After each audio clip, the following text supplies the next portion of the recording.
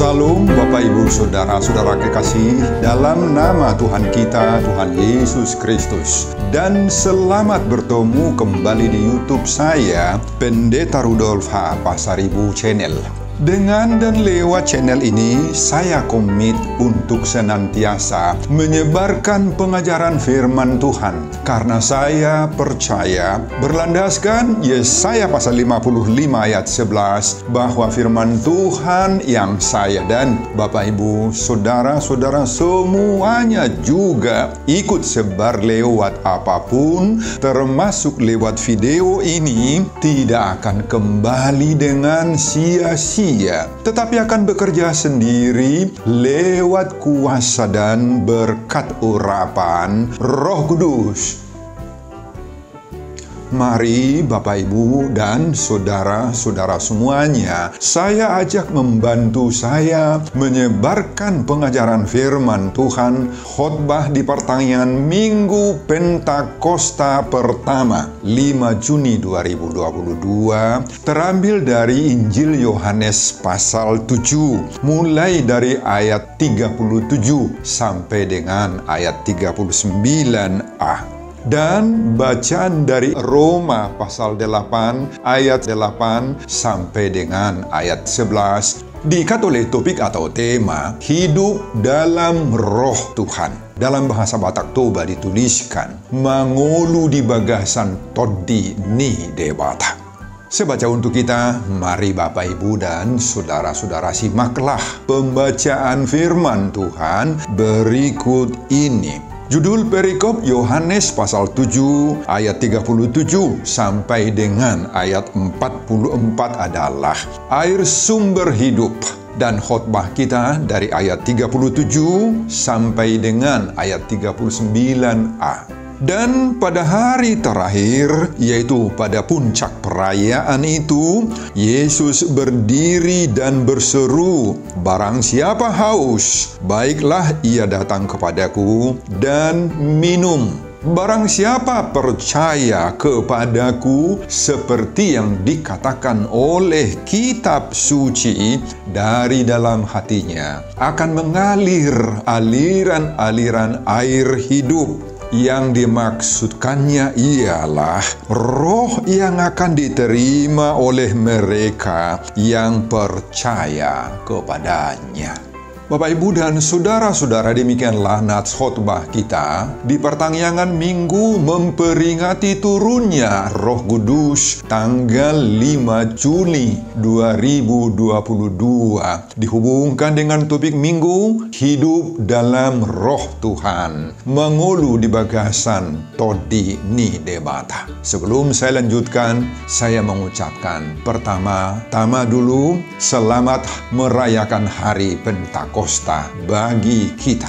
Bapak, Ibu, dan saudara-saudara, orang Yahudi memiliki suatu perayaan penting yang disebut Hari Raya Pondok Daun, atau kadang-kadang bagi orang Yahudi disebut juga perayaan Tabernakel. Hari Raya Pondok Daun atau perayaan Tabernakel bagi agama Yahudi merupakan perayaan pengucapan syukur atas hasil panen yang dirayakan selama 7 hari pada bulan purnama yang berlangsung di antara bulan September dan Oktober.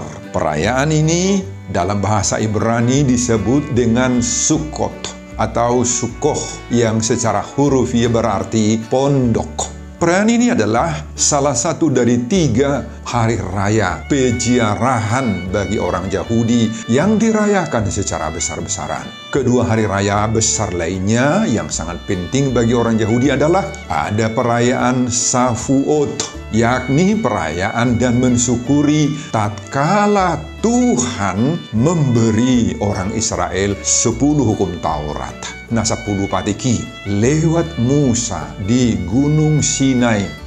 Kemudian yang kedua lagi, perayaan Paskah, memperingati keselamatan yang dialami oleh orang Israel keluar dari perbudakan di Mesir, yang berlangsung perbudakan itu selama 400 tahun lebih lamanya. Dan kemudian selanjutnya mereka menyeberangi Laut Merah, Laut Teberau, dan berjalan di padang gurun. Saudara, di saat merayakan Pondok Daun ini, setiap keluarga Yahudi akan membangun sebuah pondok berdinding 3 dan memiliki atap yang terbuat dari ranting-ranting daun-daun palma dan dedaunan lainnya. Di pondok-pondok daun inilah setiap orang Israel berdiam selama 7 hari, sebagaimana ditulis dalam kitab Imamat pasal 23 ayat 42. Di sana dituliskan, di dalam pondok-pondok daun kamu harus tinggal 7 hari lamanya. Setiap orang asli di Israel haruslah tinggal di dalam pondok-pondok daun. Dan hari raya Pondok Daun inilah yang juga dirayakan oleh Yesus sebagaimana dalam khotbah ini. Saudara, pada perikop ini Yesus sedang merayakan hari raya Pondok Daun bersama murid-murid di Yerusalem. Dan dalam khotbah ini sudah tiba di hari puncak perayaan Pondok Daun itu. Saudara, dalam kitab Ulangan pasal 16 ayat 13 dikatakan bahwa hari raya Pondok Daun itu berlangsung 7 hari. Di sana dituliskan, hari raya Pondok Daun haruslah kau rayakan 7 hari lamanya. Tetapi dalam Imamat pasal 23 ayat 36 dikatakan adanya hari yang ke-8. Di sana dituliskan, dan pada hari yang ke-8 kamu harus mengadakan pertemuan kudus dan mempersembahkan korban api-apian kepada Tuhan. Dan pada Yohanes pasal 7 ayat 37 khotbah ini kita membaca, di sana dituliskan, dan pada hari terakhir, yaitu pada puncak perayaan itu. Jadi Bapak, Ibu, dan saudara-saudara, tidak begitu jelas hari terakhir atau puncak perayaan yang dimaksud, yang ditulis oleh Injil Yohanes ini, apa hari yang ke-7 atau hari yang ke-8. Namun, kita tidak perlu terlalu mempersoalkan itu. Saudara, di saat inilah para imam mengadakan prosesi pengambilan air dari kolam Siloam dan kemudian juga diikuti oleh masyarakat atau jemaat Yahudi untuk dipersembahkan sebagai korban curahan pada mezbah di Bait Allah. Hal ini merupakan tradisi yang sudah dimulai sejak zaman Salomo ini. Sudah dimulai sejak Salomo. Kemudian Raja Hizkia juga melakukannya hingga zaman sesudah pembuangan, termasuk di zaman Yesus. Saudara, pada saat itulah Yesus dengan lantang mengundang peziarah di Bait Allah itu untuk percaya dan menerima Yesus sebagai sumber air yang akan melegakan hidup mereka. Inilah isi dari Yohanes 7 ayat 37 sampai 38 khotbah ini. Saudara, pada ayat 37 dituliskan, dan pada hari terakhir, yaitu pada puncak perayaan itu, Yesus berdiri dan berseru, barang siapa haus, baiklah ia datang kepadaku dan minum. Pada ayat ini jelas bahwa Yesus ingin menunjukkan bahwa Dia sendirilah sesungguhnya air hidup yang dikorbankan, dicurahkan oleh Allah dari sorga ke atas bumi ini. Air sangat dibutuhkan oleh setiap orang haus. Bapak, Ibu, dan saudara-saudara tahu, kata haus di sini menggambarkan adanya keperluan yang sangat-sangat terpenting bagi manusia.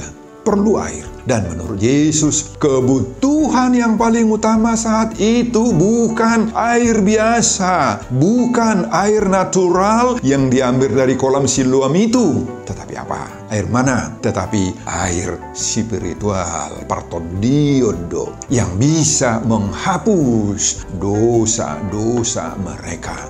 Dan air yang seperti itu, Bapak Ibu, hanya ada pada Yesus sendiri. Tidak ada pada tempat lain. Makanya Yesus dengan berani, dengan lantang sekali mengundang semua orang berdosa, termasuk para imam-imam pada saat itu yang sedang mempersembahkan, mengorbankan air natural pada mezbah Bait Allah itu, supaya mereka datang dan percaya kepada Yesus serta mau meminum air hidup. Dan hal seperti itu juga sudah dikatakan oleh Yesus kepada seorang perempuan Samaria di pinggir sumur Yakub. Itu bisa kita baca pada Yohanes pasal 4 ayat 13 sampai 14. Saudara, pada ayat 38 khotbah ini ditulis oleh Yohanes lagi. Barang siapa percaya kepadaku, seperti yang dikatakan oleh kitab suci, dari dalam hatinya akan mengalir aliran-aliran air hidup. Saudara, di sana disebutkan percaya kepadaku. Yang dimaksud Yesus di sini adalah menuju kepada kemauan orang, kemauan kita untuk menerima Yesus sebagai juru selamat bagi diri kita, bagi diri orang-orang yang menerima Yesus itu. Maka kalau dia sudah mau percaya kepada Yesus, dari dalam dirinya atau di dalam dirinya akan mengalirlah beberapa aliran air hidup. Hidup orang seperti itu akan dipuaskan dan dosa-dosanya akan diampuni, dan ia akan mendapat hidup yang kekal di sorga. Bahkan air hidup itu juga akan mengalir dari dalam dirinya, daripadanya, dan dia juga akan menjadi berkat kepada orang-orang lain di sekitar dia atau di luar dirinya. Saudara, bagaimana agar aliran-aliran air hidup itu dapat mengalir dari dalam diri kita juga, sehingga banyak orang di luar diri kita, di luar keluarga kita mendapat berkat-berkat? Nah, Bapak Ibu dan saudara-saudara, itulah kuasa Roh Kudus yang kita rayakan pencurahannya di Minggu Pentakosta ini. Dan itulah juga yang diungkapkan dalam Yohanes pasal 7 ayat 37 sampai 39a pada saat kita mendengar khotbah ini. Bapak, Ibu, dan saudara-saudara, itulah isi keseluruhan khotbah kita di pertengahan minggu memperingati turunnya Roh Kudus Pentakosta pertama tanggal 5 Juni 2022, dihubungkan dengan topik Minggu Hidup dalam Roh Tuhan, mengulu di bagasan todi ni debata. Apa pengajaran yang berharga bagi kita lewat khotbah ini? Pertama, semua kita diundang datang untuk menerima air hidup dari Yesus. Saudara, Yesus mengundang kita semua untuk mendapat air hidup dari Yesus. Yesus mengatakan dalam khotbah ini, barang siapa haus, baiklah ia datang kepadaku dan minum.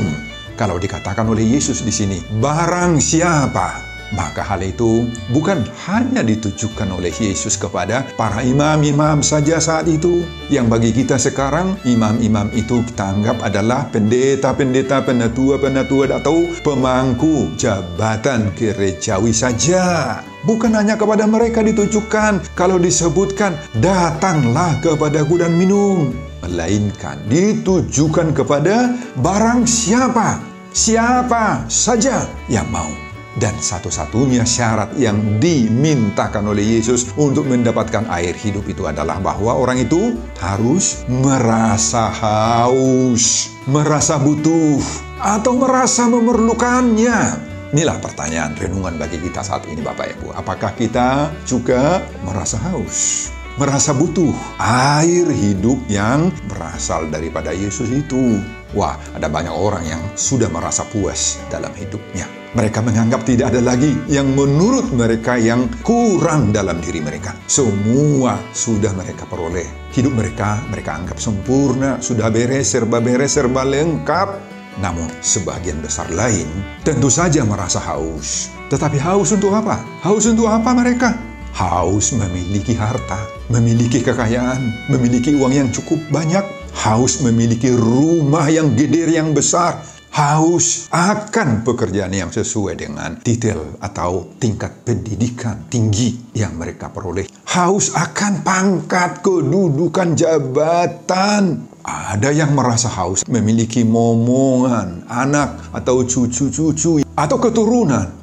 Ada yang haus juga untuk memiliki calon istri, calon suami yang sesuai dengan pilihannya, dan lain-lain. Saudara, semua rasa haus seperti itu tentu manusiawi toh, tidak salah.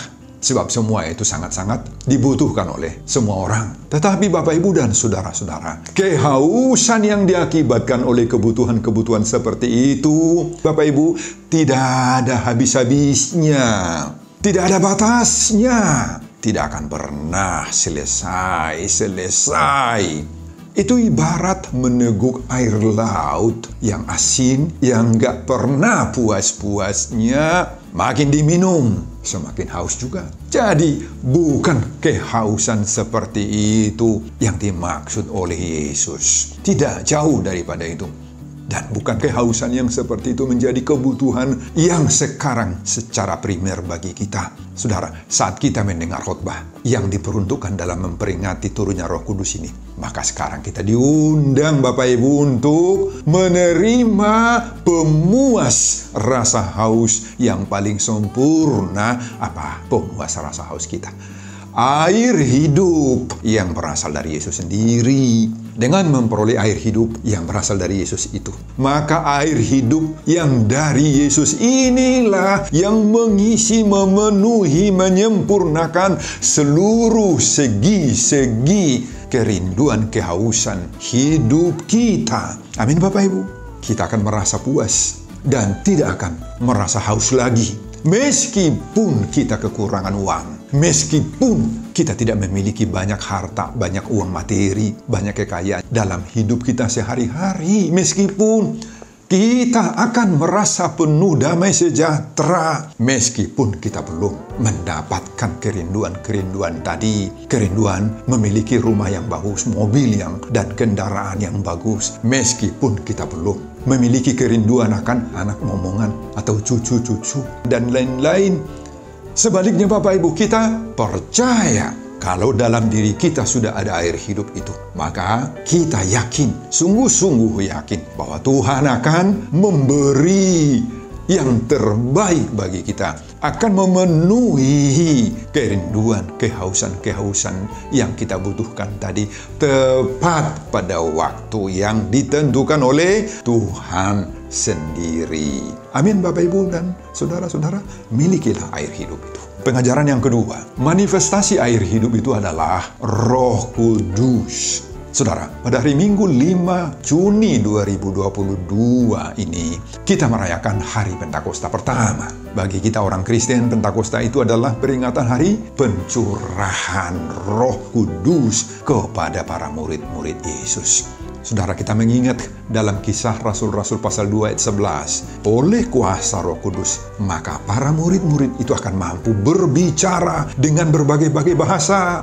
dan mempunyai keberanian untuk bersaksi, menyaksikan perbuatan-perbuatan Allah yang besar dan melakukan mujizat-mujizat. Dan menurut Kisah Rasul-Rasul pasal 2 ayat 41, kesaksian para murid-murid itu begitu berkobar-kobarnya dan khotbah mereka punya kuasa dan menyentuh hati sehingga mengubahkan hidup banyak orang untuk bertobat saat itu. Hari itu ada 3.000 orang yang kemudian minta dibaptis menjadi percaya kepada Yesus Kristus. Saudara, apakah Roh Kudus hanya dicurahkan terbatas pada hari Pentakosta 2000-an tahun yang lalu saja? Oh, tidak saja, Bapak Ibu. Tidak. Setiap saat Tuhan Allah berkenan untuk mencurahkan Roh Kudus kepada orang-orang percaya pada saat ini, yakni pada saat kita mendengar khotbah ini. Tuhan Allah juga berkenan mencurahkan Roh Kudus kepada diri kita yang mau percaya kepada Yesus Kristus. Atau sebagaimana dalam konteks khotbah kita saat ini, maka setiap orang yang dengan sungguh-sungguh merasa haus dan merasa butuh dan sangat merindukan air hidup dari Yesus itu, maka kepadanya akan Tuhan curahkan Roh Kudus. Saudara, khotbah ini memberi pengajaran bagi kita bahwa di dalam hati siapa saja yang telah mengalir aliran-aliran air hidup yang berasal dari Yesus itu, maka kepada mereka Tuhan akan mencurahkan Roh Kudus. Amin, Bapak, Ibu, dan saudara-saudara. Saudara, bagi kita yang sudah mendapat curahan Roh Kudus itu, maka teruslah kita menjalani kehidupan ini bersama Roh Kudus. Dan peliharalah kehadiran Roh Kudus itu di dalam diri kita. Dan senantiasalah kita tetap menjalin relasi baik dengan Sang Sumber kehidupan itu. Apabila dalam hidup kita telah dipenuhi oleh Roh Kudus, maka akan terbukti bahwa kita akan mau dipimpin, dikuasai, dituntun sepenuhnya oleh Roh Kudus. Maka kita akan berjalan bersama-sama Roh Kudus itu dan akan taat kepada kehendak daripada Tuhan, kehendak Roh Kudus itu. Dan selain itu, kalau Roh Kudus sudah ada dalam diri kita, maka hidup kita akan berubah, Bapak Ibu, berubah, bertumbuh, dan kita akan dimampukan menjadi saksi-saksi seperti para murid Yesus tadi itu. Ibarat sebuah tanaman yang mendapat aliran air. Dia tidak akan mati toh, tetapi dia akan tumbuh, akan hidup. Dia akan menjadi kuat, menghasilkan buah yang baik, buah yang lebat kepada pemiliknya. Maka semoga buah Roh Kudus itu kita tunjukkan dalam hidup kita sehari-hari, Bapak Ibu. Amin. Tunjukkanlah itu dalam hidup sehari-hari. Pengajaran yang ketiga, bagaimana untuk mendapatkan air hidup dan Roh Kudus itu? Saudara, untuk mendapatkan air hidup dari Yesus itu, dan kemudian menerima curahan Roh Kudus itu, tidak datang sendirinya, Bapak Ibu. Harus ada usaha, harus ada tindakan kita, harus ada aksi yang harus kita tempuh, kita jalankan, kita lakukan. Apa? Usaha kita. Tuhan Yesus mengatakan dalam nats khotbah kita saat ini bahwa kita mau menerima, mau menjalankan undangan, panggilan daripada Yesus itu. Yesus mengundang, meminta, memanggil kita untuk melakukan dua aksi yang tidak sulit, Bapak Ibu. Apa itu?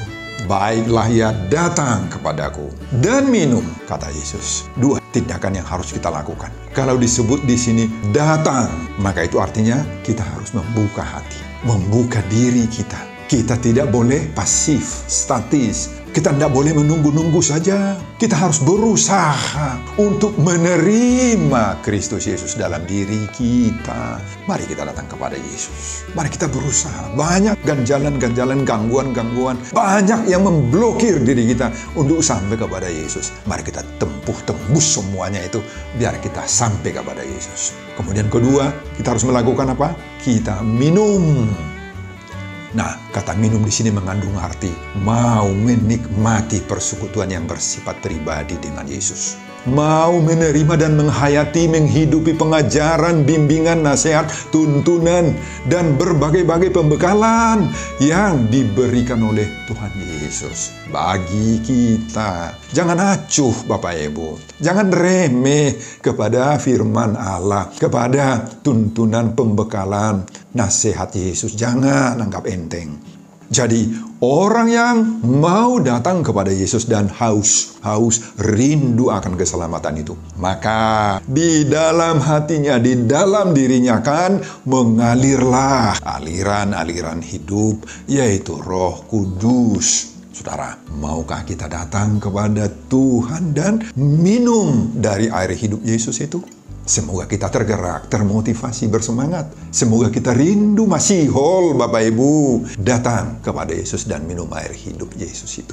Semoga tidak ada di antara kita yang merasa jijik, ya, merasa bosan, dalam bahasa Batak, gine-gine, hati-hatina, dan yang merasa tidak butuh air minum yang disuguhkan oleh Yesus itu. Semoga tidak ada di antara kita pendengar ini, Bapak Ibu. Amin.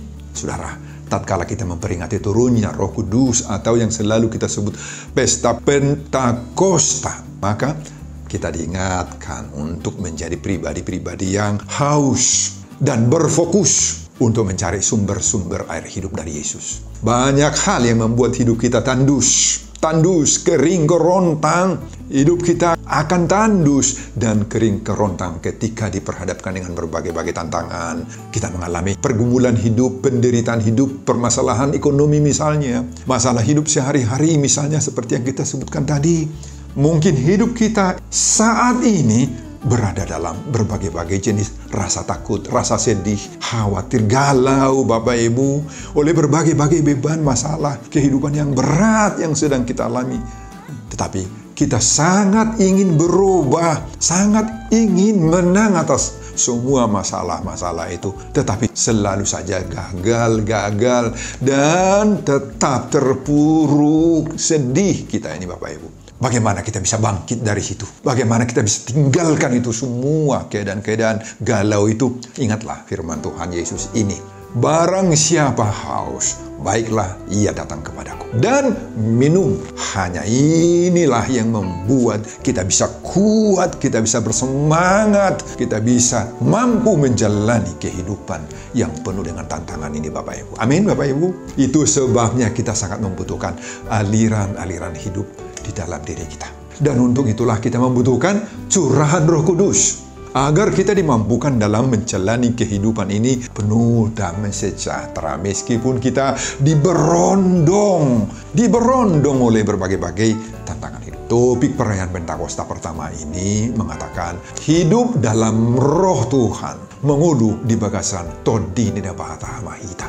Semua ini akan membuat kehausan kita tadi itu akan dipuaskan oleh Tuhan Yesus. Amin Bapak Ibu. Selamat Hari Pentakosta.